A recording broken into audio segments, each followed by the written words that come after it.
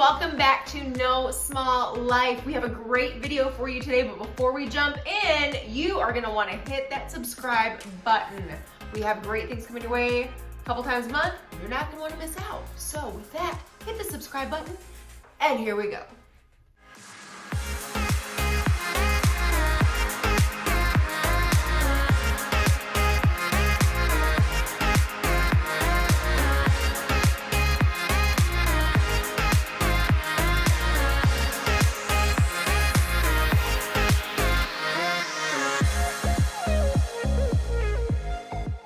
Date night.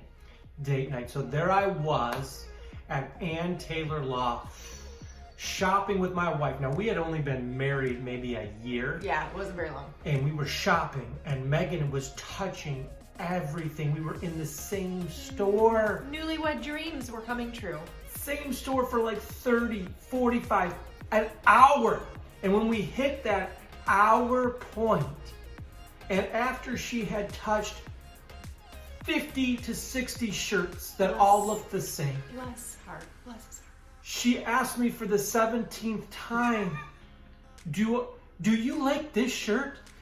And that's when I just erupted. I'm not proud of this moment as an early husband, but I said, I feel the same way about that shirt as I did about the previous 20 shirts. I don't care. Pick one already and let's get out of here. If I were a balloon, Oh. I would look something like this at that moment. With a few statements, I had completely deflated my poor wife, and I was a jerk, and I feel terrible to this day about it, even though we've moved past it. Obviously, we've moved far past this. But we learned something at that date night. We learned a few things. We learned that it's very easy to ruin date night if you're not careful. Yes. And so we also learned 3 valuable lessons. Number 1 is we gotta communicate better. Yeah. Number 2, we wanna have fun with each other. Absolutely. And number 3, we gotta be all in on date night. All in. Both of us. And we're gonna tell you what that means right now. You know that old adage, opposites attract? That is super fun when you're dating and everything that they do is like magical and wonderful and completely new to discover. But then once you get married, what initially attracted you can start rubbing the rough edges off of you. You know what I mean? Chris and I could not be more opposite. It's true, opposites attract. I love musicals and all things girly. And I like football, and I'm a self-proclaimed chicken wing connoisseur. He absolutely is. Where me, couldn't care less about wings, give me a roasted veggie all the day long. All the day long. All the day long. Now that I'm 40 though, I have been doing grilled chicken wings. He appreciates also a veggie thrown in with there. So, Yes, I progress. did. Yes, I did. But I used to think that this was the way that you had successful date nights, is what I would do is I would go out and have all this fun with my guy friends. Right. Like we'd go watch football together, we'd go golfing together, we'd eat chicken wings together, and we would laugh, and we had all this stuff in common, so we could talk football or golf for hours. But then I knew I wanted to do a date night with Megan, and so I would kind of give her scraps. I would say, well, what does Megan like to do? Well, she likes to shop. So I'm just gonna go shopping with her and put the time in. I'm gonna hate it. I'm gonna be miserable shopping because that's not my thing.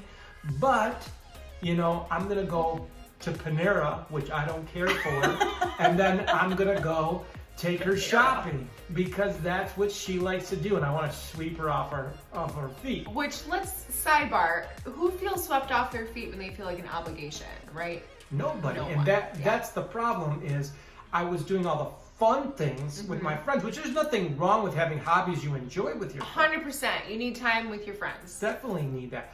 But you also have to look forward to some things with your spouse that you really enjoy doing together. Otherwise, you find yourself having all your fun with your friends and not having those belly laughs and those fun times with your spouse. You're just putting the time in, and your spouse knows that, right? Yes. You can feel when the person's like, okay, we gotta speak this date night along. So we communicated better with each other, and we started to talk about how Megan was feeling, because she didn't think it was the shopping that was the problem. So in my mind, the date night went terribly wrong because of the shopping.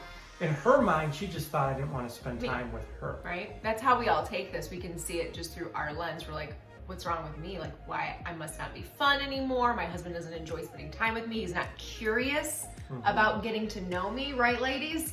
Yeah, you feel that, which is not what he wanted to communicate, but it was a communication breakdown that we had.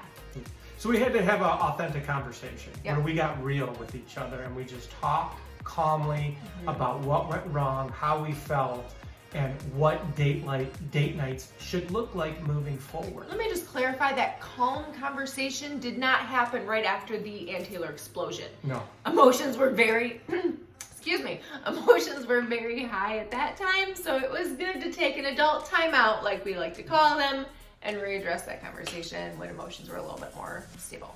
And we had a great conversation about what date nights can look like, what she really enjoys doing with me, what I really enjoy doing with her. What our expectations were. And so that communication just really helped us. And then we realized we had to start trying a few new things if we were going to have fun together. That's number 2. You want to have fun with our spouse. So if you're opposite, well, what are some things that you can do to have fun with each other that maybe you haven't done yet? And let me tell you guys, we honestly had to dig deep. This was a point of contention for us because we really didn't have that much in common naturally. So we had to kind of work to discover some things we really did enjoy together. And we have a worksheet that's going to be included in these notes. Yeah, we'll put it in the show notes and the comments. Or the links, right? The description box. We'll put it in the description box. We have a link to a worksheet you can do together if you want to try to discover some fun things that you really enjoy doing together. Yeah. So once you've really gotten good at communicating and finding those fun things to do together, one key thing is really clarifying your expectations going into this date. That's one thing that took us a while. I personally, self-admitting, I had these big grand expectations. I'm a perfectionist. I'm a futurist. You know, I love dreaming into, oh, it could look like this and be like this. I had to really pare down my expectations, not in a way that was like lessening my standards of my husband or what, you know, how he could love me, but in just being realistic and in really appreciating the moment, being all in, appreciating the gesture, appreciating even if everything does not go as planned, right?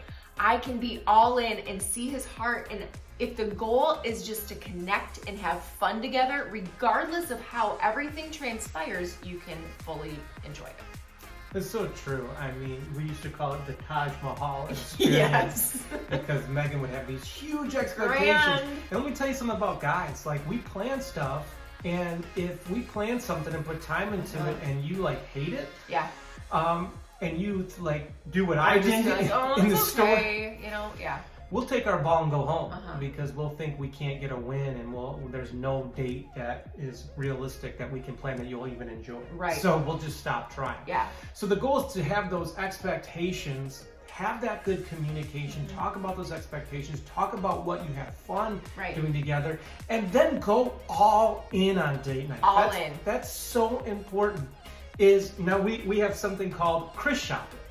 So Megan has friend shopping, mom shopping, and Chris shopping. 2 very different things. Yeah. Chris shopping is we go into 3 stores max. We're in those stores for no longer than 15 to 20 minutes. And then we move on to the next store. And while I'm in that store, I'm all in. He's all in. I love that on you. That would look great on you.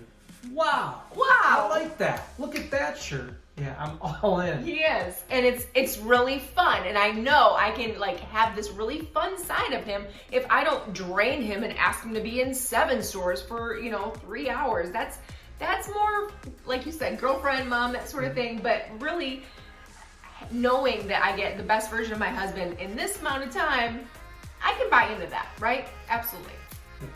So that's it. If you want to enjoy date night, it comes down to 3 simple things. 1, communicate expectations. 2, think about things that you both enjoy. You both need to enjoy date night. It's got to be good for both of you. And 3, go all in on date night. When you're there, be fully present. Put the phones away. Yes. Be fully engaged with one another. Yep. And go all in. And I'm telling you, if you do that, you won't ruin date night. And that's absolutely true. If the other person plans something, enjoy it. Be, like Chris said, be all in. Don't like roll your eyes, like I can't believe we have to do this. No, you're there to experience it, have fun, make a memory. Who cares what happens? Make that memory, enjoy it, be all in. You will not regret that. So we hope you enjoyed this video. If you have not done so, please subscribe to this YouTube channel. We think you'll like it. We'll enjoy building a community with you Absolutely. as well. And tell us some of your date night ideas in the comments section. And if you've ruined date night, you are not alone. Let us know. Apply these 3 things. We will see you next time. Bye, guys.